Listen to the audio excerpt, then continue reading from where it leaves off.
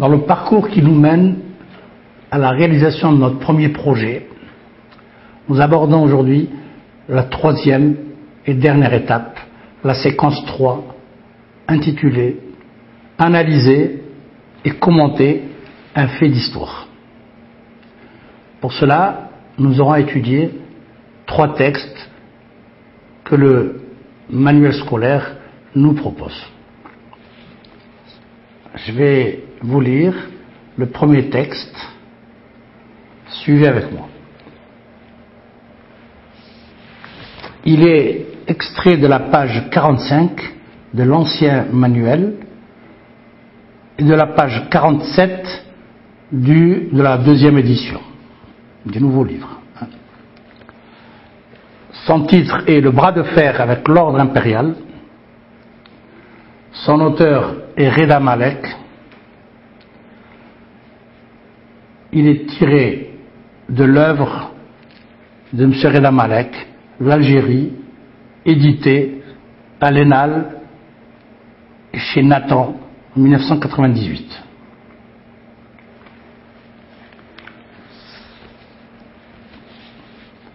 Suivez avec moi. Le bras de fer avec l'ordre impérial. L'utopie du 1er novembre a pris. Les conditions internationales s'y prêtaient. Du Caire à Casablanca, c'était déjà le bras de fer avec un ordre impérial qui acceptait mal son déclin. Le roi Mohammed V fut déposé, tandis que Nasser, à l'autre bout du monde arabe, tentait d'insuffler aux masses devenues terriblement réceptives les idées de dignité, d'indépendance vraie. Jusqu'à la toute proche Tunisie, où les maquisards firent leur apparition. À ce branle-bas, les échos de Dien Bien Phu achevèrent de donner une tonalité particulière. L'Algérie ne pouvait demeurer en reste. D'autant plus qu'à ces corrélations internationales correspondait une situation interne propice.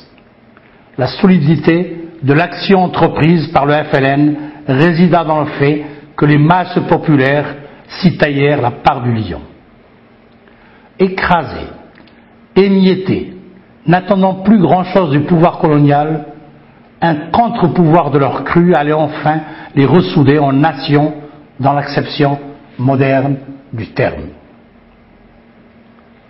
Au bout de 2 longues années, au cours desquelles la lutte armée atteignit son point de non-retour, plus précisément après l'offensive du 20 août 1955, le FLN fut assez mûr pour capitaliser son expérience. Au congrès de la Soumam, en août 1956, il précisa ses stratégies et se donna un visage. CNRA, Conseil national de la Révolution. CCE, Comité de coordination et d'exécution, qui deviendra GPRA, gouvernement provisoire de la République algérienne, le 19 septembre 1958. Ce qui frappe dans ces assises, c'est l'esprit d'ouverture. Il se traduit par l'entrée dans les instances dirigeantes d'éléments issus d'anciennes tendances. UDMA,